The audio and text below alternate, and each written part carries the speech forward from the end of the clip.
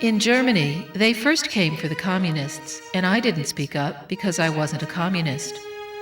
Then they came for the Jews, and I didn't speak up because I wasn't a Jew. Then they came for the trade unionists, and I didn't speak up because I wasn't a trade unionist. Then they came for the Catholics, and I didn't speak up because I was a Protestant. Then they came for me, and by that time, no one was left to speak up.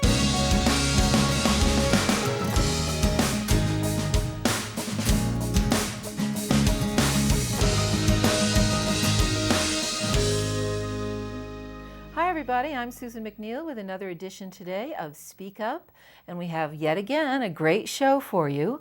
It's an artistic bent today. We're going to be talking with folks from the Edge Ensemble, now in its 23rd year, about a very exciting event they have coming up. Some of you who are a little older may know about Ray Bradbury's very famous book, Fahrenheit 451. I think I've got that in the camera. What the Edge Ensemble is doing is something really incredibly wonderful, which is bringing this book to the community today and engaging a lot of younger students and young adults as well. So it's a very challenging project and a really exciting one for our community. And let's get right to introducing our guests. So Kim Dupuis, you've been at the Edge Ensemble a very long time. Yes, I'm a co-founder of the theater company, founded in 1989. 1989. Wow, you've seen a lot of changes, I'm sure. Yeah. So we'll have lots to talk about as we go through this hour. Good. And then Mark DiPietro. Yes. Yes, and are you a sculptor too? I am not. No. Okay. When you have a name like that, you know, after I would love all, to be. it's quite wonderful.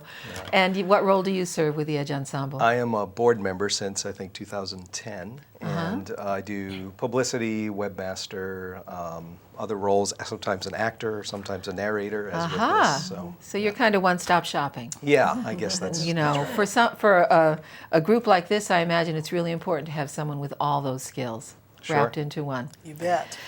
So it's hard to know where to begin, but I think what we'll do is talk a little bit about Fahrenheit 451 and get right out there into the public, the date, how to get tickets, the web address, and the phone number. So the date of this event, Fahrenheit 451, again, here we go in case it's a little unfamiliar to you. This is a readers' theater event. So let's explain to our viewers, what does that mean, readers' theater event? Okay. Sure. All right, well. Take it away. Yeah. Reader's theater is when you take a full piece of work and you perform it orally, and there's a sense of interpretation behind it. So you're studying the work and figuring out what's the best way to deliver the message of the writer, as well as the message that the individual characters are trying to give to an audience. So how do rehearsals go for that?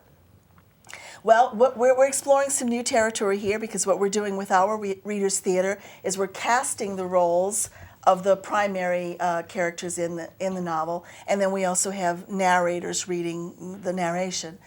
We are breaking the novel up into its 3 sections and having rehearsals for each of those sections on several different occasions, so that we have a chance to meet the material and then develop our interpretation of that material.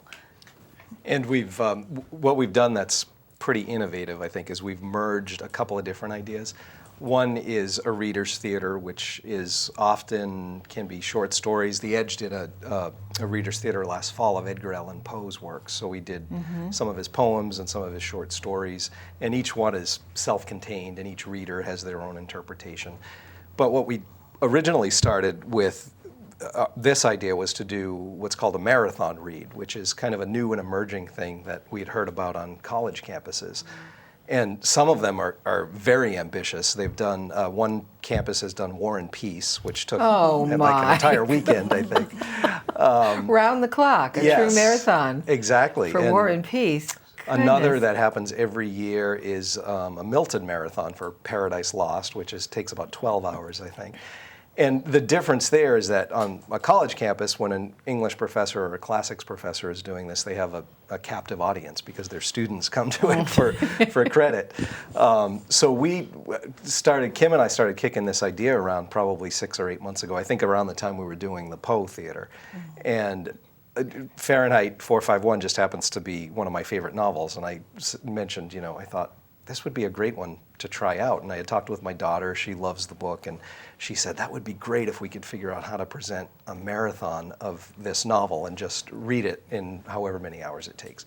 So that started the conversation going, and then it's been through many different iterations. And as Kim said, we finally settled on this great idea to actually cast the main roles, the dialogue roles in the novel, and then have narrators broken up into the other parts. So you'll get a really full sense Yes. of the novel. Right. Yeah. Right. I'm accustomed to the notion of readers' theater as being these short pieces. So I think it's terrific that you're making this kind of a piece, and I've been saying Fahrenheit 451, haven't I? It's really Fahrenheit 451, which I have just been reminded of. Thank you, Mark. We were doing the same thing until we watched a Yes. video of Ray Bradbury talking about it, and he always referred to it as 451. 451. It's kind of one of those novels that you know is out there, but you may not be familiar with it. It can be a bit of a mystery. So the fact that you're taking something like this, which is a pretty deep but very engaging piece, and you're moving on from the traditional readers' theater event of these short pieces to create a full experience, beginning, middle, end. What will the audience expect? How long do you anticipate that this will run for? We have set it up so that it begins at 10 a.m. and ends at 3 a.m. and we've built in, or 3 p.m., I'm sorry, have built in two. That would be interesting That here at would- Heberton yeah. Hall, starting 4 or 5 years from now. Go till 3 in the morning. Yes, that's on track. Bring sleeping bags and food supplies. So 10 in the morning to 3 in the afternoon. Right. And we'll have 2 intermissions. And during one of those intermissions, we'll talk a little bit later, but we'll have the Opera Club students who are doing a related project. Okay. And there will be refreshments for sale, and we plan to have a raffle. So we're going to try to make it as interactive as possible and as fast-moving, but obviously true to the nature of the piece. And are people able to bring like their own drinks and snacks, or are you encouraging people to purchase while they attend the event? Good question. Because it is a long, Yeah. it's a long time. So if someone out there watching has particular dietary concerns or something like that, they shouldn't feel like they have to stay away. Right. Absolutely. Yes. Yes. Okay. We have got some sponsors for our event. Kristen's Bakery, Hannaford's Bagel Works. So we're going to have some of their goodies at our intermission. So we'll certainly encourage you to purchase some of the yummy food that we anticipate having. But I think what you're saying is a lovely idea. It's a long time, and please feel free to bring what you need to eat and drink so that you're comfortable and maybe willing to stay for the entire event. I mean, I think the thing that's so cool about this is that it's a real experience. Yeah. To be in a setting where you're watching performers for more than a couple of hours on the movie screen, or a play that goes for an hour and a half or 2 hours. So this is something really unique. Let's tell everybody the date, which is Saturday, May 11th. That's correct. Right? We've already said 10 a.m. to 3 p.m. and the location, of course, Heberton Hall, which is where you have all your productions. Is that right? That's right. It has been our home since 2008. How nice is that? It's fabulous. Wow. We're very happy. We've produced a number of plays here. It presents some challenges. It's not a traditional theater space, but it also presents these lovely opportunities to find a new and creative way to deliver a piece of dramatic literature. So we love it here. So it's a great space, and people will be comfortable. If you need to bring a pillow for your chair, bring a pillow for your chair.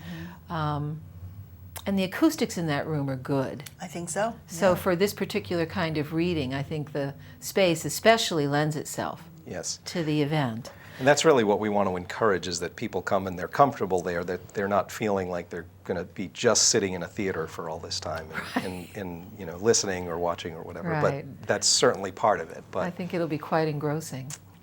So let's give folks some more nuts and bolts before we really dive into the subject matter here.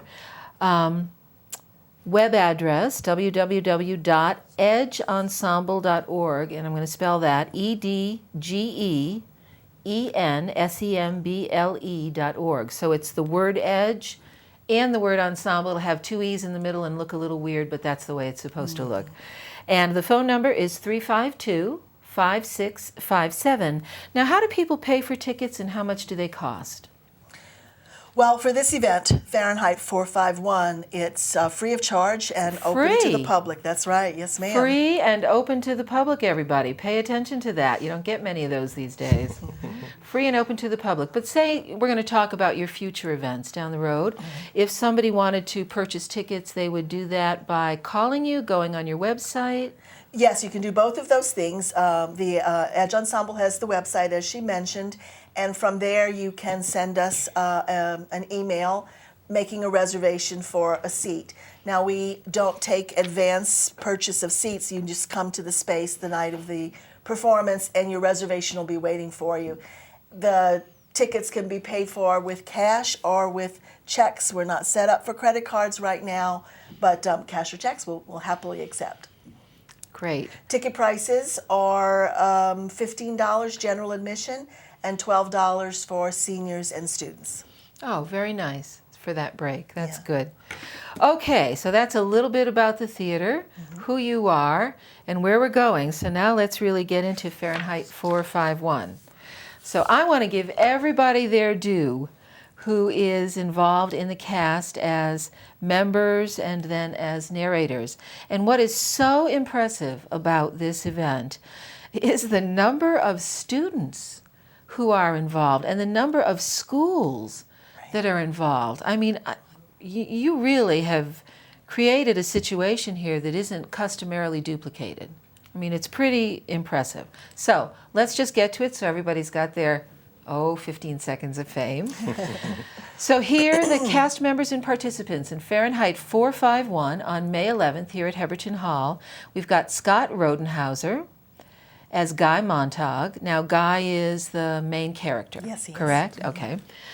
And jump in here if you want to, illuminate any of this information. Sure. Samantha DiPietro, that sounds familiar, your daughter. Yes, my daughter. Okay. So she's a Keene Middle School 8th grader, and she's Clarissa McClellan? Clarice. Clarice Yes, correct. McClellan. Ruby Dupuis Morrison, another familiar name. Yes, So this is your Keene Middle School 8th grader. that's correct. That's my daughter. And she's Mildred Montag. Right. Okay. Helmut Heidel, who is an English teacher at Fall Mountain Regional High School, as Captain Beatty.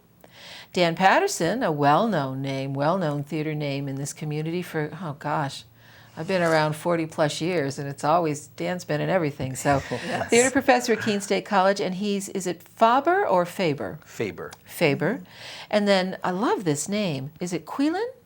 Quilleen. Quilleen. Quilleen Sheridan Gassaway. What a great name. She's a teacher at Benjamin Franklin Elementary School, and she plays Granger. Yes. Okay, so those are the predominant cast members, but then we have all of the narrators in addition. Gwen Andrus, who's affiliated with the Surrey Village Charter School. She's an 8th grader. John Garrott and Demi St. Pierre from Fall Mountain Regional High School, they're students. Anna Masters and Fiona Spiegler from the Monadnock Waldorf High School. Dakota Benedetto, art teacher at Fall Mountain High School. And seeing her name meant something to me because Dakota has helped us bring the AIDS Memorial Quilt to Fall Mountain on several different occasions. So I'm so wishing I was in town on May 11th because I really wish I could attend this event, but I know that you will want to. Catherine Behrens, an Edge Ensemble member and an Hourglass Readers founder and director. Melody Aktoka, who is an Edge Ensemble member. Kim Dupuis, founding director here today with us, and Mark DiPietro as well. So you will come and go as narrators throughout the production in between the primary characters speaking their dialogue. Is that pretty much how it goes? Will there be acting as people are accustomed to seeing acting? Will there be movement on the stage, or will it be a true reading where people are seated or standing? Well, the book is divided into 3 sections, and so we've divided the narration of each of those sections mostly in half. So there's primarily 6 narrators for the entire book.